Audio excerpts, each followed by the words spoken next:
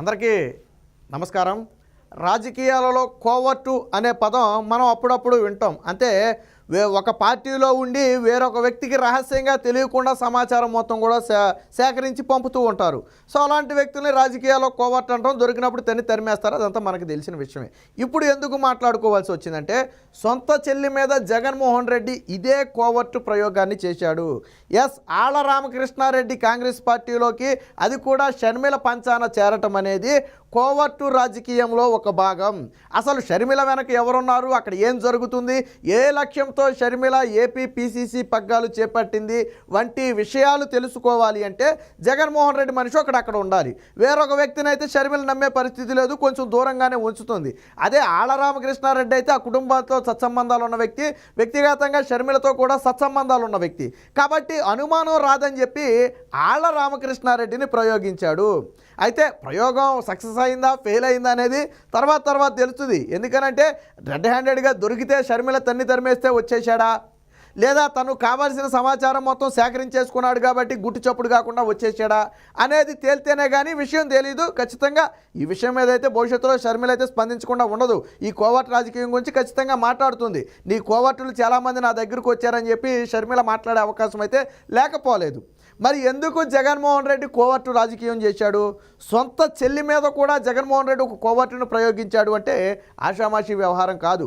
ఇక ఆళ్ల రామకృష్ణారెడ్డికి జగన్మోహన్ రెడ్డికి బంధం చూసిన వాళ్ళు అప్పుడే అనుమానం వ్యక్తం చేశారు. ఎప్పుడైతే రాజీనామా అన్నాడో అప్పుడే అనుమానం వ్యక్తం చేశారు. జగన్మోహన్ రెడ్డిని వదిలిపెట్టి వెళ్లే మనస్తత్వం ఆళ్ల రామకృష్ణారెడ్డిది కాదు.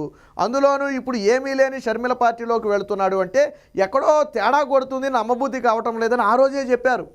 సరే, అందరూ అనుకున్నారు ఆ నొప్పొస్తే ఎవడ మాత్రం వెళ్ళారులే, ఆళ్ల రామకృష్ణారెడ్డికి ఏదో నొప్పి తగులు ఉంటుంది అందుకే వెళ్ళాడని అనుకున్నారు. కానీ అది వాస్తవం కాదు. వాళ్ళ అనుమానం కరెక్టే. ఆళ్ల రామకృష్ణారెడ్డి వెళ్ళాడు అంటే జగన్మోహన్ రెడ్డి ప్రయోజనాల కోసమే షర్మిల వద్దకు వెళ్ళాడు. ఎందుకంటే వాళ్ళిద్దరం దగ్గర చూసిన వాళ్ళకి అనుమానం రావడం సహజం. కాబట్టి అనుమానం ఇప్పుడు నిజమని తేలుతుంది. ఎందుకంటే ఆళ్ల రామకృష్ణారెడ్డి వెళ్ళేటప్పుడు కాంగ్రెస్ పార్టీ పరిస్థితి ఏంటో తెలుసు కదా. ఇప్పుడు ఏమైనా షర్మిల సీఎం అయిపోద్దని వెళ్ళాడా? లేదు కదా. ఆ పార్టీ మనుగడేంటో తెలుసు కదా. ఆ పార్టీ వెనకమాల కేడర్ లేదని తెలుసు కదా. అయినా కానీ నేను వెనకే ఉంటాను, నేనే వ్యూహకర్తగా వ్యవహరిస్తానని వెళ్ళాడు. బాగుంది. వెళ్ళిన తర్వాత కూడా అనుమానాలు కలిగే పనులు కొన్ని జరిగాయి. ఏంటది? షర్మిల మీద జగన్మోహన్ రెడ్డి తీవ్ర స్థాయిలో విమర్శలు చేయించాడు. ఎంతలా అంటే అసలు రాజశేఖర రెడ్డి కూతురే కాదు అనే అంతలా విమర్శలు చేస్తే విజయమ్మ కూడా బాధపడింది. కానీ అప్పుడు షర్మిల వెనకాలే ఉన్న ఆళ్ల రామకృష్ణారెడ్డి ఎప్పుడూ జగన్మోహన్ రెడ్డిని ఖండించలేదు. పోనీ జగన్మోహన్ రెడ్డిని ఖండించకపోయినా పర్లేదు, ఆ వ్యాఖ్యలు చేసిన వాళ్ళని కూడా ఖండించలేదు. ఎందుకు ఖండించలేదు? అలాగే కాంగ్రెస్ పార్టీలో ఉన్నన్ని రోజులు కూడా ఎప్పుడూ ఒక్క ప్రెస్ మీట్ కూడా పెట్టి వైసీపీకి వ్యతిరేకంగా కానీ జగన్మోహన్ రెడ్డికి వ్యతిరేకంగా కానీ మాట్లాడలేదు. ఎందుకు మాట్లాడలేదు? దాంతోపాటు జగన్మోహన్ రెడ్డిని వదిలి వెళ్ళేటప్పుడు కూడా ఒక పరిధి దాటి విమర్శలు చేయలే. మీరు చూడండి, నాకు నిధులు ఇవ్వలేదు, నా నియోజకవర్గాన్ని నేనే అభివృద్ధి చేసుకున్నా, జగన్మోహన్ రెడ్డిని నేను జీవితంలో చూడను, ఇలాంటి విమర్శలు చేశాడు తప్ప ఒక పరిధి దాటి విమర్శలు చేయలేదు. ఎందుకంటే తిరిగి మళ్ళీ ఇక్కడికే రావాలన్న విషయం ఆళ్ల రామకృష్ణారెడ్డికి తెలుసు. ఎందుకంటే తాను వెళ్ళేది కోవర్టుగా కాబట్టి. మరి ఇదంతా ఫ్రీగా చేశాడంటే ఇలాంటి పెద్ద పనులు ఫ్రీగా చేసే అవకాశం లేదు. సోషల్ మీడియాలో ఏం నడుస్తుందంటే 200 కోట్ల రూపాయల డీల్ అట. షర్మిల వద్దకు వెళ్ళి అక్కడ ఉన్న సమాచారం మొత్తం కూడా సేకరించి జగన్మోహన్ రెడ్డికి అందిస్తే 200 కోట్ల రూపాయలు డీల్ కుదుర్చుకున్నాడని చెప్పి ఒక బోగట్ట నడుస్తుంది. అది నిజమా అబద్ధం అనేది ఇక వాళ్ళకే తెలియాల. ఎందుకనంటే ఒక న్యాయమూర్తి ఇంట్లో వివాహానికి వెళితేనే ఆ గిఫ్ట్ కింద 2 కోట్ల రూపాయలు ఇవ్వజూపిన చరిత్ర మనది. 200 కోట్లు ఇవ్వజూపడంలో పెద్ద ఇది లేదు. అందులోనూ ఆళ్ల రామకృష్ణారెడ్డి ఏం 1000 కోట్లకు పడగలెత్తిన వ్యక్తి ఏం కాదు. కాబట్టి డబ్బు అంటే ఆయనకి కొద్దిగా ఆశ ఉంటే ఉండొచ్చు, అభిమానం ఉన్నప్పటికీ కూడా తాను చేసే పని చిన్న పని కాదు. రాజశేఖర రెడ్డి కూతురు మీద కోవర్టు రాజకీయం చేయటం అంటే ఆషామాషి వ్యవహారం కాదు. అయినప్పటికీ కూడా జగన్మోహన్ రెడ్డి మీద ఉన్న ప్రేమతో వెళ్ళాడు. సరే, అది సక్సెస్ అయిందా ఫెయిల్ అయిందా అనేది తర్వాత తెలియాలా. ఎందుకనంటే షర్మిల తరిమేసిందా, లేదా కావాల్సిన సమాచారం మొత్తం సేకరించుకున్నాడు కాబట్టి వచ్చేసాడా? రెడ్ హ్యాండెడ్గా దొరికితే షర్మిల బయటికి పంపేద్ది. ఎందుకనంటే ఇప్పుడు దొంగ అని తెలిసిన తర్వాత అక్కడ తలెత్తుకుని ఎలా తిరుగుతాడు? ఇప్పుడు నేనున్నానండి, నేను దొంగని ఎవరికి తెలియనని చెప్పి ఎక్కడైనా తిరుగుతా. కానీ నేను దొంగని అని 10 మందికి తెలిస్తే నేను అక్కడ తలెత్తుకుని తిరగలిగినా వీలైనంత దూరంగా వెళ్ళిపోవడానికి ప్రయత్నం చేస్తా. అలాగే ఆళ్ల రామకృష్ణారెడ్డి తిరిగి ఎందుకు వచ్చేసాడు జగన్మోహన్ దగ్గరికి? పోనీ ఒక ఎన్నికలు అయ్యేదాకా ఉండి బయటకు వచ్చి ఉండుంటే సరే, కాంగ్రెస్ పార్టీకి మనుగడ లేదని రాజకీయ జీవితం కోసం వచ్చి ఉంటాళ్లే అని సరిపెట్టుకోవచ్చు. 20 రోజుల వ్యవధిలోనే, నెల రోజుల వ్యవధిలోనే ఏం తేడా వచ్చిందని వచ్చాడు. పైగా ఏమంటాడు వచ్చి, ఆ పార్టీలో అందరూ దొంగలంట. షర్మిల పేరు తప్పకుండా 2 పేర్లు చెప్పు. అందులో కాంగ్రెస్ పార్టీలో ఇప్పుడు షర్మిల తప్ప 2 పేర్లు చెప్పు, చెప్పలేని పరిస్థితి. అది ఇప్పుడు ఆ పార్టీ పరిస్థితి. ఒకప్పుడు వెలుగుండొచ్చు, ఇప్పుడు ఆ పార్టీ పరిస్థితి అది. మరి అందరూ దొంగలంటే ఎవరున్నారు అందులో? నువ్వే దొంగ అందులో. షర్మిల పార్టీలో నువ్వే ఒక పెద్ద దొంగ. నువ్వు బయటకు వచ్చేసావు ఈరోజు. జగన్మోహన్ రెడ్డి రాజకీయం, జగన్మోహన్ రెడ్డి చెబితేనే వినలేని వాడు విజయసాయి రెడ్డి బుజ్జగిస్తేనంట తిరిగి పార్టీలోకి వచ్చాడంట. సిగ్గు ఉండాలా? ఎన్ని రోజులైందని చెప్పి విజయసాయి రెడ్డి బుజ్జగిస్తే పార్టీలోకి వస్తాడు తిరిగి అంటే. ఆళ్ల రామకృష్ణారెడ్డి ప్రీ ప్లానుడ్గా కోవర్టు రాజకీయం కోసం పంపబడిన వ్యక్తి.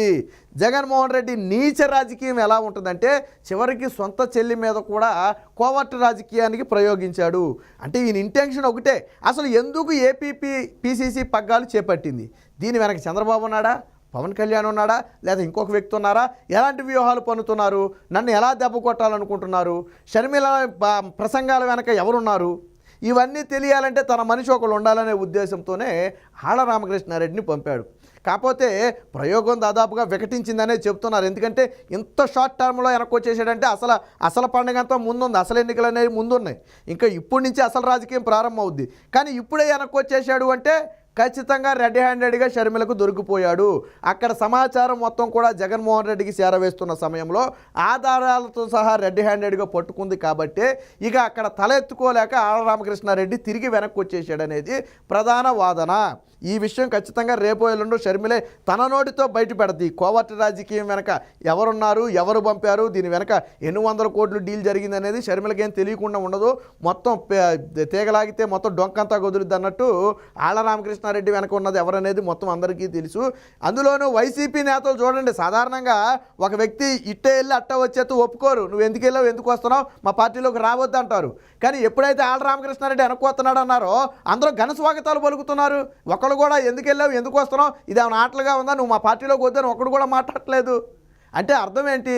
ఇది కోవర్టు రాజకీయం అని వాళ్ళకి ముందే తెలుసు. కాబట్టే ఒక ప్రీ ప్లానెడ్గా స్కెచ్ వేశారు.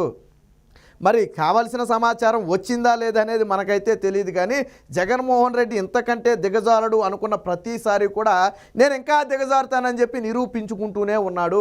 మొత్తానికి ఏది ఏమైనా ఈ దెబ్బతో జగన్మోహన్ రెడ్డి చేసే చేష్టలు ఎలా ఉంటాయి, సొంత కుటుంబ సభ్యుల మీద ఏ స్థాయికి దిగజారుతాడంటానికి ఇది ఒక నిదాహరణ. మన సొంత చెల్లెలను కూడా చూడకుండా అసలు రాజశేఖర రెడ్డి కూతురే కాదని విమర్శలు చేయించాడు. మరి ఇంతకంటే నీచి ఉంటుందా? ఒక తోడబుట్టిన చెల్లి నిన్నగాక మొన్నదాకా నీ పార్టీ కోసం కృషి చేసిన వ్యక్తిని ఈరోజు ఆ స్థాయిలో విమర్శించడం అంటే రాజకీయంగా ఎదుర్కోవడంలో తప్పులేదు. కాబట్టి ఇది మొత్తం కూడా ఒక కోవర్టు ఆపరేషను. దాదాపు 200 కోట్ల రూపాయలకు డీల్కు జరిగిన ఒక కోవర్టు ఆపరేషన్ అని చెప్పి బయట అయితే నడుస్తుంది. ఆ 200 కోట్ల రూపాయలు మాత్రం దేవుడికే తెలియాలి. ఆ డబ్బు ఇస్తేనే వెళ్ళాడా, డబ్బు ఇవ్వకుండా వెళ్ళాడా అనేది దేవుడికి తెలియాలి. కానీ వెళ్ళటం మాత్రం నిజం, ఇక అందులో సందేహమే లేదు. ఎందుకంటే ఏ కోసాన చూసినా ఆధారాలన్నీ కోవర్టు అనడానికే ఆధారాలు ఉన్నాయి తప్ప నేను కాదు అని నిరూపించుకోవడానికి ఒక ఆధారం కూడా లేదు ఆళ్ల రామకృష్ణారెడ్డి దగ్గర. కాబట్టి జగన్మోహన్ రెడ్డి నీచ